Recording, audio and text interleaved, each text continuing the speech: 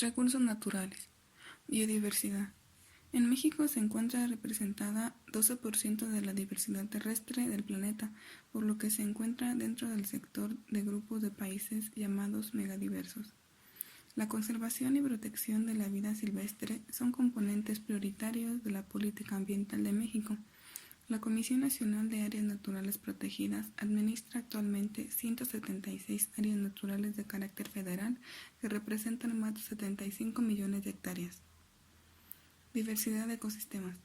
Debido a la diversidad de ecosistemas, México produce una amplia variedad de productos agrícolas. Las mayores extensiones de superficie se dedican a la siembra de cultivos para el ciclo primavera-verano. La agricultura de riego se practica principalmente en las zonas áridas y semiáridas con el uso de tecnología moderna y orientada al monocultivo. Energía. México posee una gran variedad de recursos naturales que favorecen el desarrollo de un alto número de actividades productivas, incluyendo las relacionadas con la generación de energías renovables. Entre las fortalezas del país destacan las siguientes: generación potencial de energía eólica, generación potencial de energía hidroeléctrica, generación potencial de energía geotérmica. Minería. La producción minera en México es una actividad económica de tradición misma que tiene una participación importante en la actividad económica nacional, particularmente en un sector industrial. México destaca a nivel mundial por la producción de minerales como plata, cobre, bismuto, arsénico, plomo y zinc. Entre sus fortalezas se pueden mencionar: primer productor mundial de plata, 10º productor de petróleo a nivel mundial, uno de los primeros países productores de cobre en el mundo. Recursos forestales de México. México es un país que por su ubicación geográfica posee los tres grandes ecosistemas forestales: bosques, selvas y zonas áridas, lo cual le permite contar con una de las floras más ricas y variadas del mundo. Destaca la degradación del recurso forestal, especialmente en las últimas décadas, y la baja competitividad de la silvicultura nacional e industria del ramo, y por lo tanto de los productos derivados. Sin embargo, las recientes reformas al marco jurídico, artículo 27, abren oportunidades para que se aprovechen y conserven el potencial forestal del país. De la superficie forestal del país, 7 millones de hectáreas se encuentran bajo manejo, de las cuales el 51% se aplican técnicas silvícolas modernas que pueden incrementar la productividad de 1 a 3 metros cúbicos por hectárea al año. La producción maderable ha presentado una tendencia decreciente por factores externos al sector. Sin embargo, se prevé su estabilización y repunte derivado del nuevo contexto jurídico que propicia inversiones en este sector. La producción no maderable se destina en su mayoría a explotación. Se ha mantenido estable con un promedio anual de 73.000 toneladas. Recursos marítimos. Los ecosistemas marinos, en particular la pesca, han sido y son una importante fuente de proteínas para consumo directo por los seres humanos y para la alimentación animal. Por otra parte, sustentan una importante actividad económica que genera empleo e ingresos, en particular en los países en desarrollo, donde se estima que no menos de 100 millones de personas viven de actividades de la pesca o relacionadas con ella. La pesca aporta 16% del consumo mundial de proteína animal y 19% del mismo consumo de los países en desarrollo. En Asia provee 30% de dicho consumo y en África la contribución es de 21%. En América Latina, pese a la enorme extensión de sus costas y la abundancia de lagos y ríos, el aporte es solo de 8%. Japón es el país con el más elevado consumo per cápita de pescado, 72 kilogramos, y los valores más bajos son los de África del Norte y América Latina, con 8 kilogramos y 8.5 kilogramos respectivamente.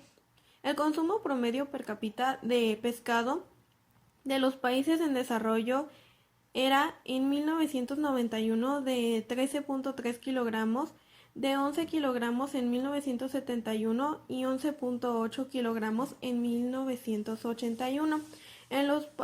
En los países desarrollados es de 26.4 kilogramos y de 22.3 kilogramos en 1971. Los recursos del mar son abundantes. México cuenta con poco más de 11.000 kilómetros de litores, sin embargo, este valioso recurso por diversas razones no ha sido explotado debidamente.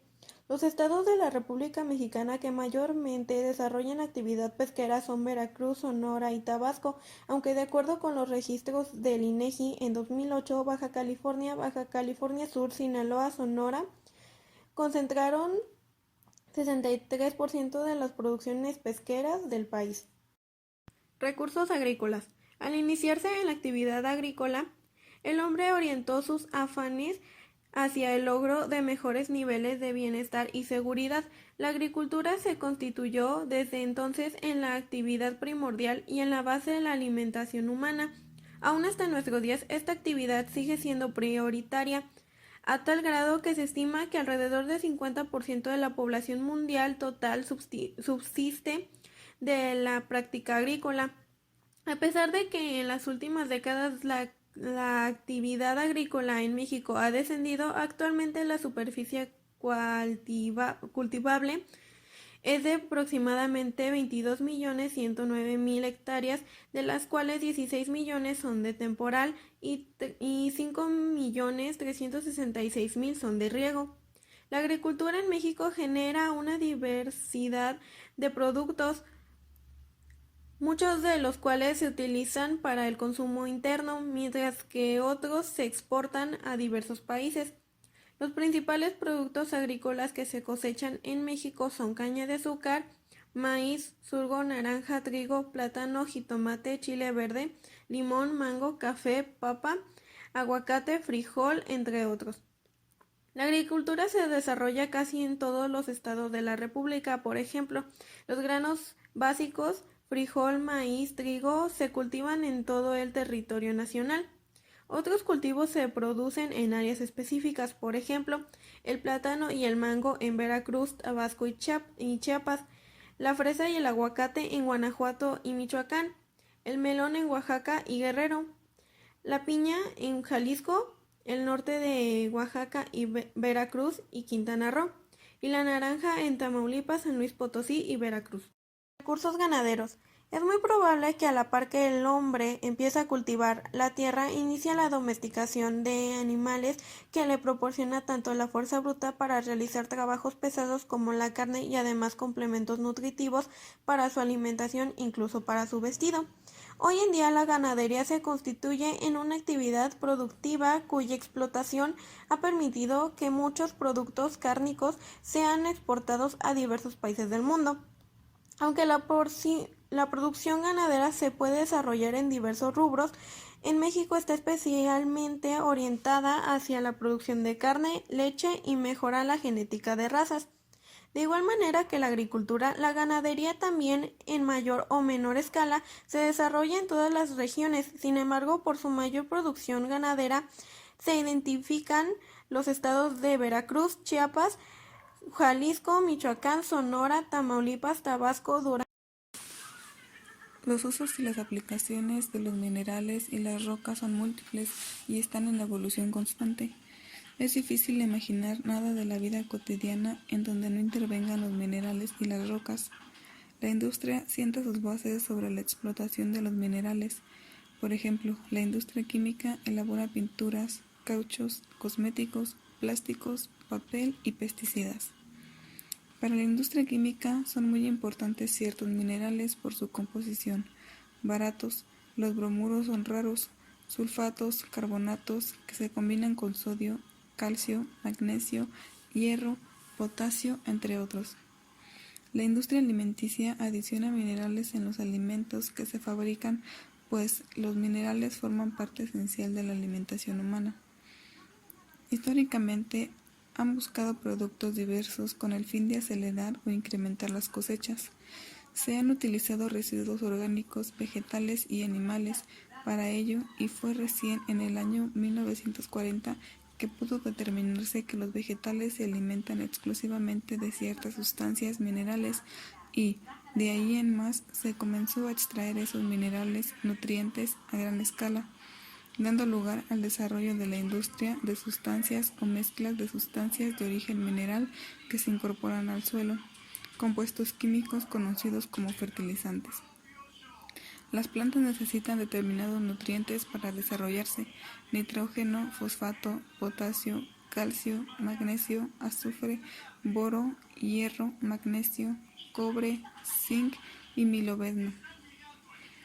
Los abrasivos son sustancias naturales o artificiales que se utilizan para rebajar, pulir, limpiar y afilar objetos por fricción o desgaste de su superficie.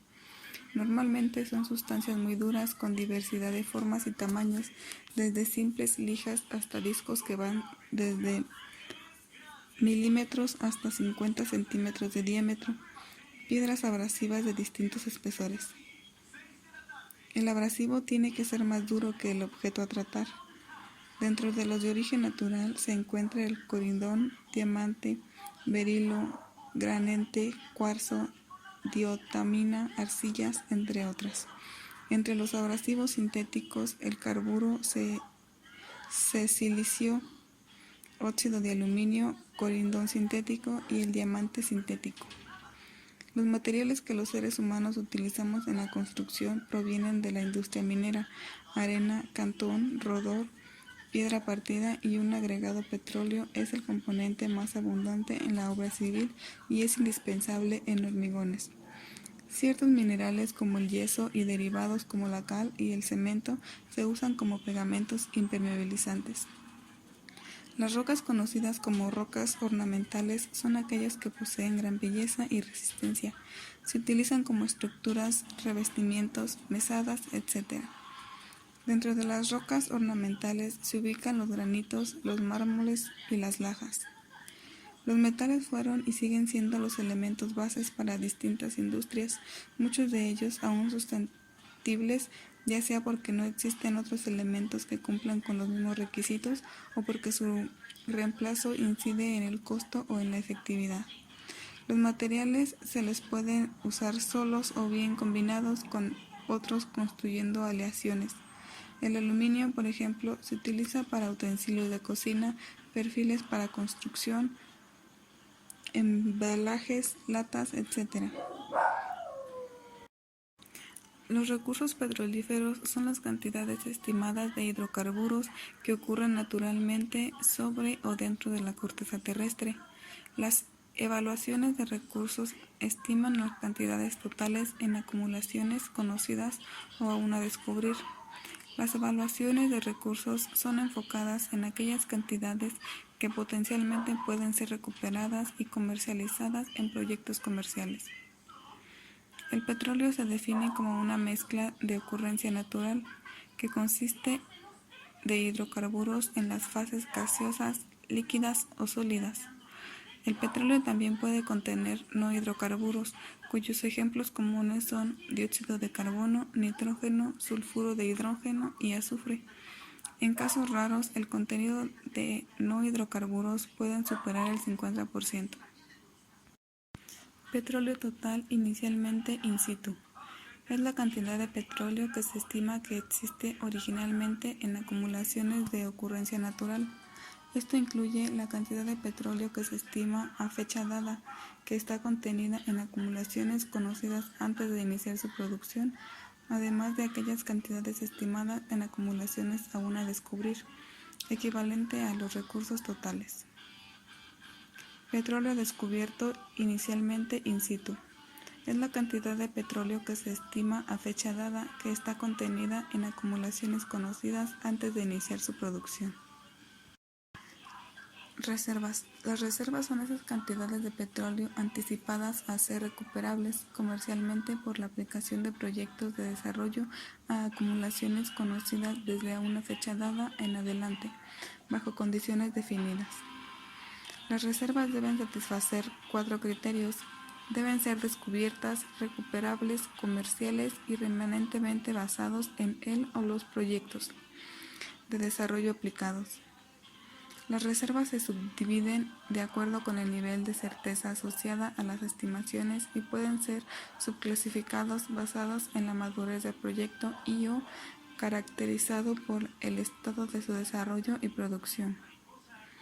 El proyecto de desarrollo está continuamente produciendo y vendiendo petróleo al mercado. El criterio clave es el del proyecto está recibiendo entradas en las ventas y no en el proyecto aprobado de desarrollo, necesariamente completo. Este es el punto en el que puede decirse que la oportunidad de comercialización del proyecto está en 100%. Aprobadas para el desarrollo. Todas las aprobaciones necesarias han sido obtenidas, se han comprometido los fondos de capital y la implementación del proyecto de desarrollo están en curso. En este punto debe ser cierto que el proyecto de desarrollo sigue.